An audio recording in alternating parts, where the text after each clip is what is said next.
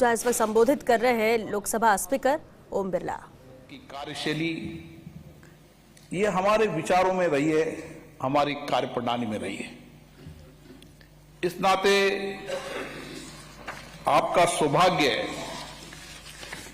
कि आपको राजस्थान विधानसभा का सदस्य होने का मौका मिला है। मुझे भी इस विधानसभा के सदस्य होने का मौका मिला। यहाँ के अनुभव का, यहाँ की कार्यप्रणाली की, यहाँ की परंपराओं का लाभ मुझे मिला और मैंने कोशिश की कि देश की सर्वोच्च संस्था लोकसभा के अंदर हम अच्छी परंपराएं, अच्छी प्रॉपर्टियां जो मेरे पूर्व अध्यक्षों ने इस लोकतंत्र के मंदिर में कायम की, मैंने उन्हीं का अनुसरण करके उसको आगे बढ़ाने का काम किया। आज हम सब गौरवशाली हैं कि दुनिया के अंदर इतने बड़े देश में लोकतांत्रिक प्रणालियां, हमारी चुनाव व्यवस्थाएं निष्पक्ष, निर्वाध, पारदर्शी, ये दुनिया को अचंभित लगता है। जब P20 सम्मेलन में कई देशों के स्पीकर आए तो माननीय प्रधानमंत्री नरेंद्र मोदी जी ने बताया कि किस तरीके से हमारे यहां पर चुनाव प्रबंध प्रणाली है। 90 करोड़ मतदाता, अनुमानित 70 करोड़ मतदाता मतदान करते हैं और राज्य के से लेकर पंचायत से लेकर दिल्ली तक हमारी सभी संस्थाएं लोकतांत्रिक तरीके से चलती है, लोकतांत्रिक परंपराओं से चलती है, लोकतांत्रिक निर्णयों से चलती है। और इसी विधानसभा के अंदर हम चर्चा, संवाद, विचार विमर्श, लोकतंत्र की ताकत, सहमति असहमति से हमने इस राज्य के कल्याण का काम किया, समृद्धि का काम किया और देश में 75 साल के अंदर हमने इसी लोकतांत्रिक पद्धति से विचार विमर्श, संवाद, चर्चा से हमने इस देश को आगे बढ़ाया और आज इसी परंपरा से हम हमारी सभी लोकतांत्रिक संस्थाओं में कर रहे हैं। क्योंकि आप राज्य विधानमंडल के सदस्य हैं और राज्य की विधायिकी ये सर्वोच्च संस्था है, इसलिए आपकी जिम्मेदारी बन जाती है कि हम सदन में बैठकर अपने अपनी विधानसभा क्षेत्र के कल्याण की, विकास की, वहां के लोगों की आकांक्षा, अपेक्षाओं की बात भी करें और उसके साथ राज्य के विकास की, कल्याण की, उसकी समृद्धि की, राज्य के प्रमुख मुद्दों के अभाव अभिव्यक्ति की बात भी करें। और मैं कह सकता हूं कि देश की कई लोकतांत्रिक संस्थाओं के उदाहरण है कि इन्हीं संस्थाओं से बैठकर विधायकों ने राज्य के नेता बने, देश के नेता बने। ये संस्थाएं केवल हम एक क्षेत्र का प्रतिनिधित्व करते हैं। अगर विधायक केवल अपने क्षेत्र तक सीमित रहेगा, जो धीरे धीरे मैं लोकसभा में भी देख रहा हूं, विधानसभा में भी ये परंपरा देखता हूं कि धीरे धीरे विधायक अपने विधानसभा क्षेत्र से या लोकसभा तक के क्षेत्र तक सीमित दायरे में बात करता है। आपको चुनकर एक विधानसभा में भेजा है, लेकिन कल्याण की जिम्मेदारी आपकी पूरी राज्य की दी है, इसलिए आप राज्य विधानसभा के सदस्य हैं। इस नाते जब राज्य के प्रमुख मुद्दों पर चर्चा हो तो व्यापकता हो, विशालता हो। हम पूरे मुद्दे पर राज्य का कल्याण कैसे हो सकता है, सत्ता हो चाहे विपक्ष हो, सहमति असहमति हमारी हो सकती है, लेकिन प्रतिपक्ष भी अगर मुद्दा उठाता है और हमें लगता है कि ये इससे कल्याण हो रहा है, सकारात्मक दिशा है, तो सरकार को भी सकारात्मक तरीके से उसको लेना चाहिए। क्योंकि पूरी राज्य के अभाव अभिव्यक्ति, जानकारी, मुद्दों की जानकारी, कष्टों की जानकारी केवल एक जगह से मिल सकती है, तो राज्य की विधानसभाओं से मिल सकती है।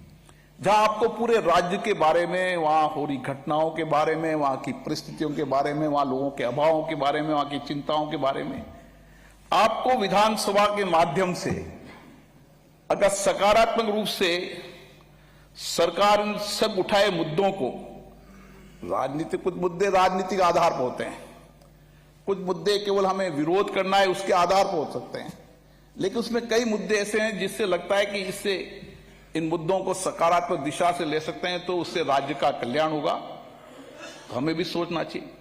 और दूसरा, मुझे लगता है कि विधायकों को अपने अपने क्षेत्र में जो नया इनोवेशन करते हैं, नए नए काम करते हैं, जिससे वहां के जीवन में परिवर्तन करने का आपने काम किया, वहां के सामाजिक आर्थिक परिवर्तन में काम किया, उसकी भी सदन में चर्चा होनी चाहिए। मैं विधानसभा के अध्यक्ष से कहूंगा कि एक दिन सदन में सभी विधायकों को अपने अपने विधानसभा क्षेत्र में जो उन्होंने जन कल्याणकारी, लोक कल्याणकारी योजनाएं लागू की और सामाजिक प्रयासों से किस तरीके से समाज के अंतिम व्यक्ति के जीवन में परिवर्तन किया, सामाजिक परिवर्तन किया, आर्थिक परिवर्तन किया, महिलाओं का आर्थिक स्वावलंबन किया, गरीब व्यक्तियों के जीवन का परिवर्तन करने का काम किया, अगर उसकी हम चर्चा करेंगे तो हमें एक दूसरे के अनुभव से सीखने का मौका मिलेगा और हमें लगेगा कि इस विधायक ने इस इनोवेशन करके, इस काम करने से अगर इतना परिवर्तन कर दिया तो मैं भी क्यों नहीं करूं। इसका भी एक दिन यहां पर रखने का प्रयास करना चाहिए ताकि उसका एक अपेक्षित परिणाम यहां पर आएगा। राज्य विधानमंडल का मुख्य काम कानून बनाना भी है। हम भी यहां जब किसी विधेयक को लाते थे तो बड़ी चर्चा होती थी, संवाद होता था। पहले हम नए नए थे तो कोई विधेयक लाते तो हम देखते थे कि ये बोल रहे हैं कानून पे बोल रहे हैं। हम कई बार सोचते थे कानून इतना सा है, सारा परिप्रेक्ष्य ले लिया। कुछ दिनों सीखते रहे, बैठे, अनुभव किए, लेकिन धीरे धीरे एक समय ऐसा भी आया जब हमें ये लगता था कि क्योंकि यहां पर जो कानून बोलने वाला हर विधानसभा, लोकसभा का अलग अलग प्रक्रिया परंपरा होती है। यहां एक श्रेष्ठ परंपरा है कि जो स्पष्ट आएगा वो स्पष्ट बोलेगा। हम हर कानून को, अगर कानून कोई नया कानून बन रहा है ठीक है, लेकिन हर कानून कभी न कभी बना होगा।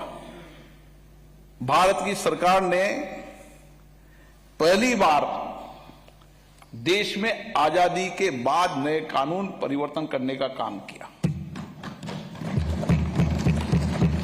ऐसे यहां पर कोई कानून 1860 का होगा, 65 का होगा, 1904 का होगा, 1922 का होगा। जब वो कानून में कुछ नया परिवर्तन, संशोधन लाए तो जब कानून बना था, जब से लेकर अभी तक उस पर होने वाली डिबेट, चर्चा को अगर हम देखें, पढ़े, तो हम जब कानून पर डिबेट करेंगे, चर्चा करेंगे, तो मेरा दावा है आप एक विधानसभा लिए राज्य के नेता बनेंगे, लोग आपको सुनेंगे। इसी विधानसभा के अंदर माननीय भैरू सिंह जी ले लें, मोहनलाल सुखाड़े जी ले लें, लोग बैठते थे 10-10, 12-12 घंटे लगातार सिटिंग करते थे। मुझे याद है राजेंद्र राठौड़ जी ले लें, गुलाब कटारिया जी ले लें, ये लोग लंबे समय तक विधानसभा कभी छोड़कर नहीं जाते थे। आजकल मैं विधानसभा में जब देखता हूं तो 15, 20, 25 लोग रहते हैं। आपको जनता ने बड़ी अपेक्षाओं से साथ चुनकर भेजा और नए विधायक भी नहीं बैठते। पुराने तो चलो फिर भी बैठते हैं, नए विधायक भी नहीं बैठते। और जो बैठेगा, सुनेगा, अनुभव प्राप्त करेगा, वही तर्क से बात करेगा। हमारे साथ कई साथी हमारे साथ बैठे जो हमारे साथ कंपटीशन रहते थे, पर्ची लगाने में सुबह भगते थे जल्दी जल्दी। तो सवाल यह है कि कानून बनाते समय अगर आप तर्क से बात करेंगे, तार्किक तरह से बात करेंगे, तो जो कानून बनाने वाला, लेजिस्लेटिव वर्क करने वाला व्यक्ति है, वह भी कानून बनाते समय 3 बार चर्चा करेगा कि मैं कानून बना के ले जा रहा हूं। कुछ विद्वान विधायक ऐसे हैं जो मेरे इस कानून की पूर्ण समीक्षा करेंगे। तो मुझे आशा है हर सरकार कानून कल्याणकारी राज्य के लिए लाती है, कोई भी सरकार हो। किसी भी दल की सरकार हो, लेकिन कानून बनना, कानून के साथ रूल्स बनना, उसका एग्जीक्यूशन होना, कई बार न जनता को पता न विधायकों को पता कौन सा कानून बन गया, क्यों कानून बन गया, उसका इंपैक्ट क्या होगा, प्रभाव क्या होगा, और बहुत लंबा प्रभाव पड़ता है उसका। मुख्य काम कानून बनाना भी है। हम भी यहां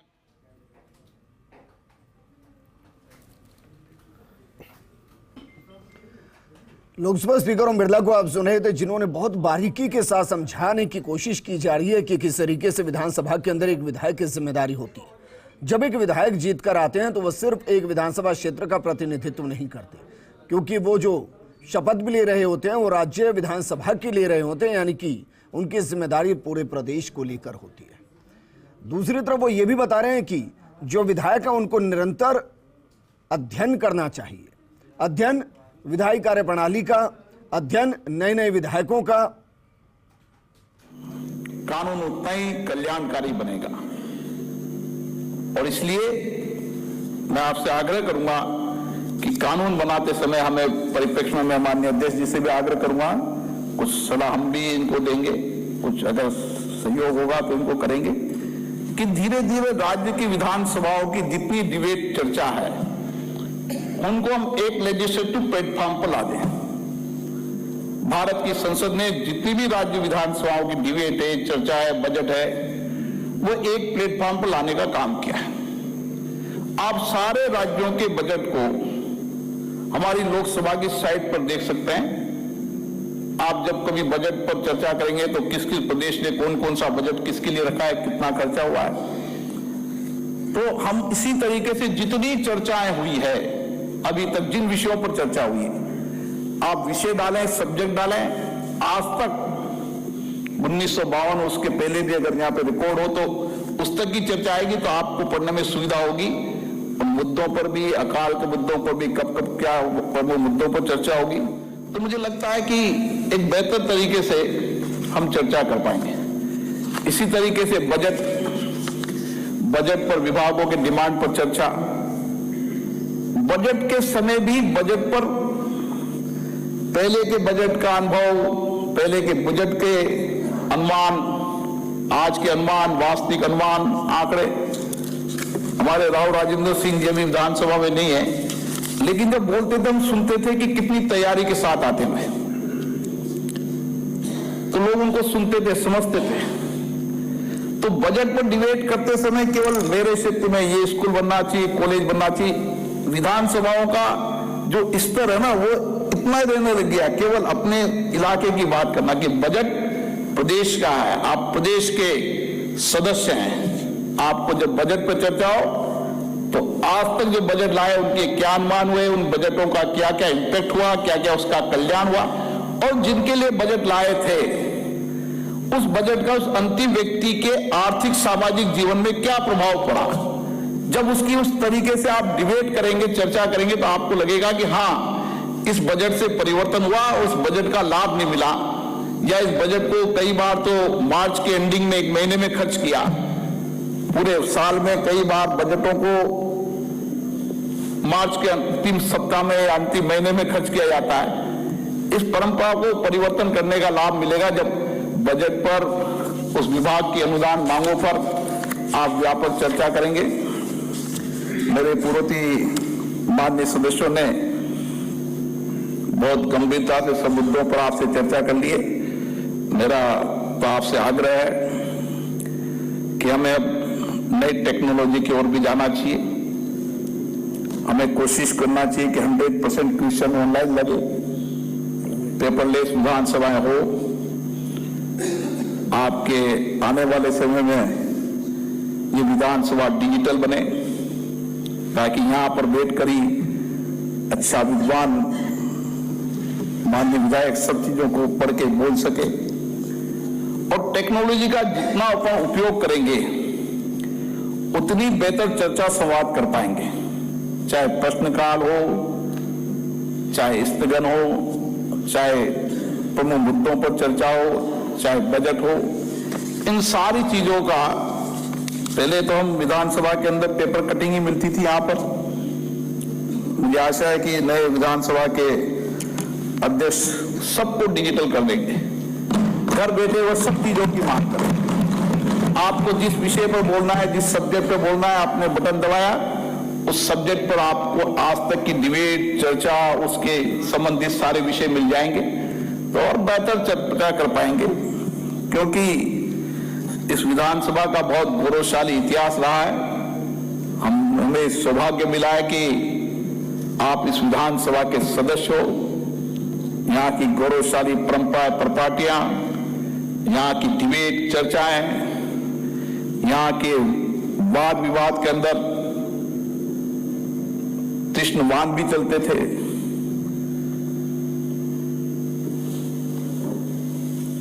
असहमति भी व्यक्त होती थी, विरोध भी होता था, लेकिन धीरे धीरे लोकतांत्रिक संस्थाओं के अंदर जो परंपराएं बनने लगी, ये बहुत अच्छी परंपरा नहीं। मैं यहां भी इसका विशेष रूप से कहूंगा, महामहिम राज्यपाल के अभिभाषण के अंदर हमारे संसद में कभी व्यवधान पैदा नहीं होता।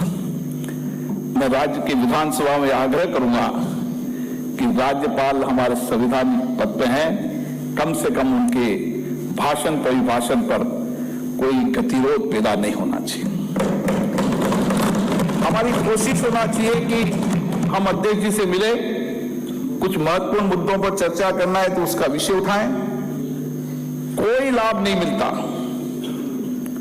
सदनों में गतिरोध से कोई बेहतर परिणाम नहीं होगा, और गतिरोध से हम जनता का कल्याण भी नहीं कर पाएंगे।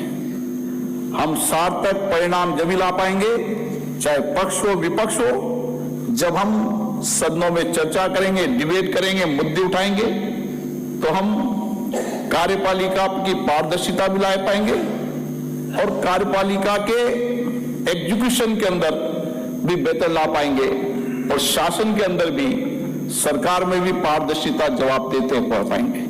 इसलिए सदन चर्चा, मुद्दों पर, विषयों पर संवाद के लिए है। ये सदन में हमने बरसों तक लोकतंत्र पे चर्चा से, संवाद से, सहमति से, असहमति से, डिबेट से, हमने इस राज्य और देश के अंदर जो कुछ भी परिवर्तन किया है, ये इसी लोकतांत्रिक प्रक्रिया से किया है। लोकतंत्र ही शासन चलाने की सर्वश्रेष्ठ पद्धति है, दुनिया में हमने साबित किया है। और आज हम कह सकते हैं कि हमारा संविधान, अब संविधान की डिबेट, हम जब कभी किसी परिपक्व और बहुत अनुभवी नेता को सुनते हैं तो उन्होंने संसद की पूरी, संविधान की पूरी डिबेट के एक एक शब्दों को उन्होंने पढ़ा है। जब एक एक संविधान की सदन पर आप एक एक संविधान की एक एक धाराओं पर कितनी लंबी चर्चा हुई, बहुत देर तक चर्चा करी। उस समय भी कोई ऐसा नहीं था कि कोई सहमति थी, हर विषय पर सहमति असहमति होती थी, लेकिन सहमति असहमति करते करते हमने एक बेहतर संविधान बनाया जो आज हम सबका मार्गदर्शन है। आवश्यकता होने पर हमने परिवर्तन भी किया। इसलिए मुझे आशा है कि राज्य विधानसभा के अंदर भी हम चुनकर आए, सत्ता पक्ष हो प्रतिपक्ष हो, ये हमारे लोकतंत्र की एक अच्छी परंपरा है कि हम दोनों पक्ष मिलकर राज्य के महत्वपूर्ण हितों पर, जनता के जिन बुनियादी सवालों पर, और हम किस तरीके से मिलकर इस राज्य को समृद्धशाली, गौरवशाली और एक अच्छी परंपराओं के साथ इस राज्य को आर्थिक और सामाजिक परिवर्तन में सबसे अग्रणी रूप से ले जाएं। हमारे माननीय मुख्यमंत्री जी भी एक लंबा संगठन का अनुभव है, लंबी कार्य प्रणाली का अनुभव है। इसका लाभ निश्चित रूप से राज्य को मिलेगा। हमारे विधानसभा अध्यक्ष जो लंबे समय तक विधायक रहे, जो मंत्री के रूप में भी काम किया है, मुझे लगता है उनके अनुभव का लाभ इस संवैधानिक संस्थाओं को मिलेगा, और इस संवैधानिक संस्थाओं में वो नई परंपराएं, नई प्रपाटियां, श्रेष्ठ परंपराओं को कायम रखकर सबको अधिकतम समय बोलने का अवसर देंगे। आप सबको बहुत बहुत शुभकामनाएं, बहुत बहुत धन्यवाद। धन्यवाद माननीय अध्यक्ष महोदय, आपके सारगर्भित ज्ञानवर्धक उद्बोधन के लिए हम सभी लाभान्वित हुए। आज का यह सारगर्भित ज्ञानवर्धक प्रबोधन कार्यक्रम अब अपने अंतिम चरण में है। हम चाहेंगे कि आज के इस कार्यक्रम की मधुर स्मृतियां माननीय अतिथिगण के हृदय में चिरस्थायी रहें। इस हेतु स्मृति चिन्ह भेंट करना चाहते हैं। सर्वप्रथम विनम्र आग्रह है माननीय अध्यक्ष विधानसभा श्री वासुदेव देवनानी जी से कि आप माननीय अध्यक्ष लोकसभा को यह स्मृति चिन्ह भेंट करने की कृपा करें।